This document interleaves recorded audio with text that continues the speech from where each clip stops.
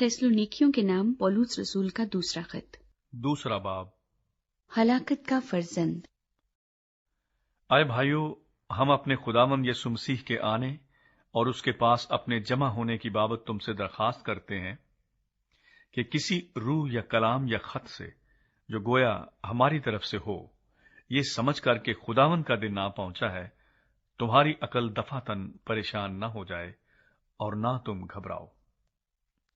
किसी तरह से किसी की फरेब में न आना,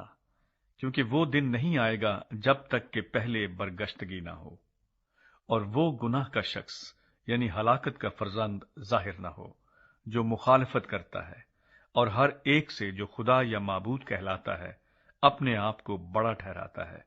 यहां तक कि वो खुदा के मकदिस में बैठकर अपने आप को खुदा जाहिर करता है। क्या तुम्हें याद नहीं कि जब मैं तुम्हारे पास था तो तुमसे ये बातें कहा करता था? अब जो चीज उसे रोक रही है ताकि वो अपने खास वक्त पर जाहिर हो, उसको तुम जानते हो, क्योंकि बेदीनी का भेद तो अब भी तासीर करता जाता है, मगर अब एक रोकने वाला है और जब तक कि वो दूर ना किया जाए रोके रहेगा। उस वक्त वो बेदीन जाहिर होगा जिसे खुदावंद यस्सु अपने मुंह की फूंक से हलाक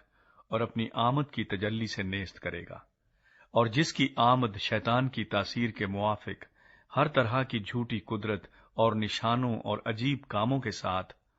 और हलाक होने वालों के लिए नाराजगी के हर तरह के धोखे के साथ होगी, इस वास्ते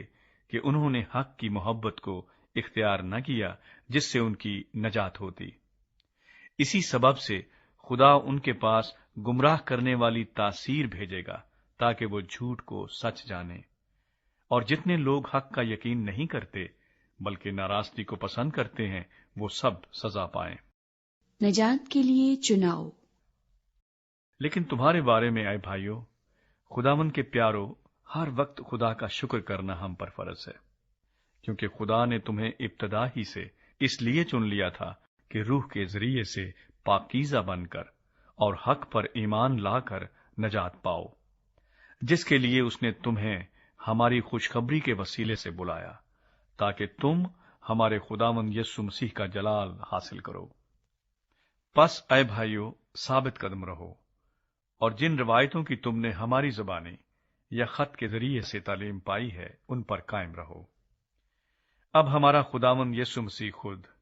और हमारा बाप खुदा, जिसने हमसे मोहब्बत रखी और फजल से अब्दी तसल्ली और अच्छी उम्मीद बख्शी, तुम्हारे दिलों को तसल्ली दे और हर एक नेक काम और कलाम में मजबूत करे।